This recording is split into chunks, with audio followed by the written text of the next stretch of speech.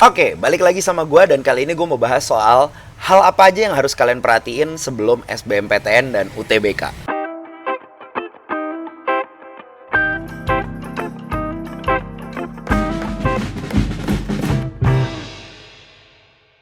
Oke, jadi video ini gue bagi jadi 3 part. Yang pertama itu adalah materi, yang kedua itu adalah strategi, yang ketiga itu adalah mental.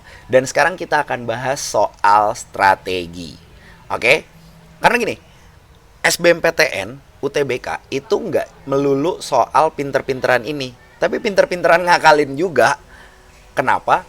Karena kalau misalnya lu bisa ngerjain materi, tapi lu nggak pinter mengakali itu, waktu lu habis.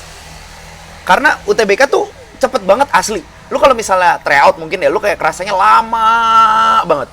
Tapi begitu pas lu udah di ruangan UTBK, lu kayak ngerasa, gila, gue soal ini belum, gue soal ini belum, gue soal ini belum. Stres sendiri lu nantinya gitu loh. Makanya sekarang gue mau ngasih tahu soal strategi apa aja yang harus kalian lakuin kalau misalnya kalian pengen ngerjain UTBK dengan lancar. Oke? Yang pertama.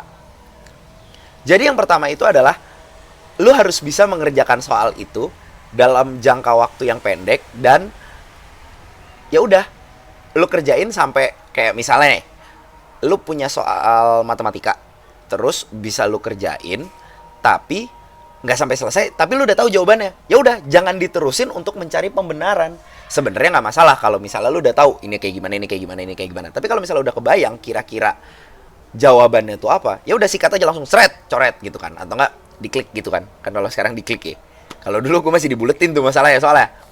Yang kedua adalah alokasi waktu. Jadi satu pelajaran itu kan biasanya ada alokasi waktunya. Kalau nggak salah 20 soal itu buat 22 atau 23 menit kan ya. Nah, itu kan berarti kan satu soal itu cuma 1 menit lewat dikit. Kalau lu kerjain semuanya sesuai dengan waktunya, harusnya bisa selesai. Tapi kan biasanya kejadiannya nggak bisa selesai. Kenapa? Karena lu butuh berpikir buat jawabannya, lu harus berpikir untuk materinya, dan lu harus berpikir untuk oke, ini materinya apa. Kadang-kadang tuh kayak gitu. Jadi daripada lu membuang-buang waktu untuk kayak gitu, gini deh, ini kalau yang gue pakai ya, lu patokannya kalau paling enggak itu 5 soal itu harus bener. Kenapa? Karena dari 20 soal, kalau misalnya lu bisa ngerjain 5 kan udah 25%-nya tuh. Ya sisanya lu bisa ngerjain sebisa lu gitu loh. Tapi yang memang bener-bener fokus kalau misalnya bisa lu pegang 5 sampai 7 soal. Kalau bisa 10, bisa 15 ya why not gitu kan. Then lu batasin waktunya. Misalnya satu soal 1 menit. Kalau nggak bisa lewat dulu gitu loh. Lewat dulu, nanti kalau misalnya lu udah bisa kerjain semuanya kan waktunya masih sisa. Ya udah lu balikin lagi aja ke soal yang sebelumnya yang menurut lu lebih susah. Dan itu juga tetap harus dibatasin. Jadi misalnya lu ngerjain satu soal itu 1 menit, tapi bisa lu kerjakan dalam waktu 30 detik gitu kan. Berarti lu masih punya spare waktu 30 detik nih. Nah 30 detik ini lu alokasikan ke soal yang misalnya katakanlah lebih susah. Jadi lu bisa mengerjakannya 1,5 menit yang kayak gitu. Itu juga perlu diperhatiin. Itu masalah soal strategi. Yang ketiga, cara jawab. Cara jawab itu gimana ya? Ini tiap orang tuh punya formulanya masing-masing. Tapi ini yang kalau gue pakai, gue memegang 5 sampai 7 soal. Jadi itu yang memang udah harus fix banget gue bener dan gue bisa. Ya kebacut sih kalau misalnya kebangetan banget sih kalau misalnya lu 5 atau 7 soal aja tuh nggak bisa tuh kayak aduh, gimana ya, kayak lu belajar apa men gitu loh. Gue tidak menyalahkan proses belajarnya, tapi gue lebih menyalahkan kayak kok nggak ada yang masuk gitu loh. Ya disayangkan saja gitu loh. Lu udah belajar susah-susah, lu udah belajar itu karena otak lu terlalu ngebul atau nggak mungkin lu ngeblank, lu malah jadi nggak bisa apa-apa. Ya amat sangat disayangkan aja yang kayak gitu. Nah terus sisanya gimana? Kan 5 soal atau 7 soal, 5 soal deh, 5 soal. Terus sisa 15 soal nih. 15 soal pasti ada dong yang bisa lu kira-kira jawabannya tuh apa. Nah, lu kira-kira aja dulu nih, lu kira-kira. Oke, gue dapat. Misalnya lu dapat 5 soal lagi. Sisa 10 soal. Nah, sisanya diapain?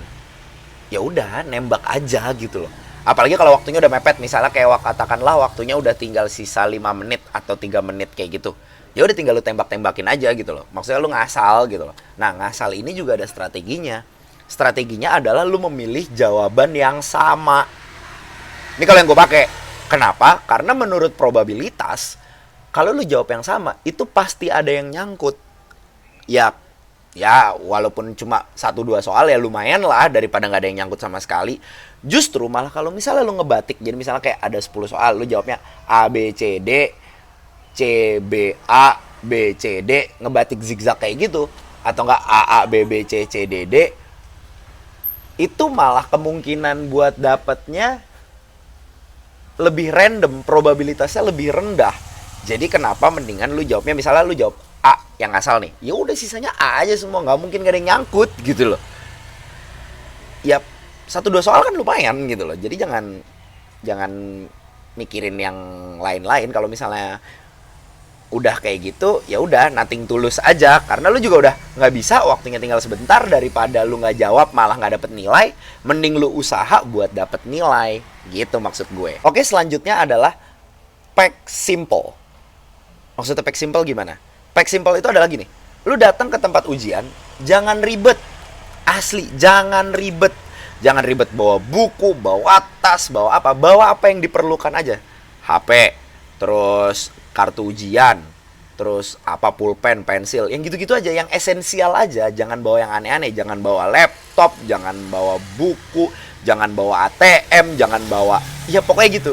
Jadi usahakan lu ringan. Jadi dengan lu membawa beban ringan, itu lu juga kayak bisa memfokuskan yang lain di kepala lu gitu loh. Dan juga lu harus mikir kayak gini, oke, kalau misalnya gue bisa ngerjain ini dengan lancar, gue mau ngapain gitu. Jadi itu juga harus dipikirin. Itu sih sebenarnya lebih ke bagian self reward sih. Itu nanti mungkin gue bahas di tempat lain. Self reward setelah SBMPTN kali ya, atau enggak setelah UTBK gitu ya. Itu nanti gue bahas di tempat lain. Jadi jangan terpaku dengan satu hal yang memang lu tidak bisa. Mendingan lu mengusahakan apa yang lu bisa dengan strategi-strategi tadi. Dan kalau misalnya lu punya strategi lain, tulis aja di komen. Gue pengen tahu strategi lu apa buat UTBK dan SBMPTN. Jadi tetap semangat dan jangan lupa belajar, jangan lupa istirahat. Okay? Maybe that's all. If you like this video, don't forget to like, comment, and subscribe. See you in the next video and see ya. Kalau ada pertanyaan, tulis aja di komen.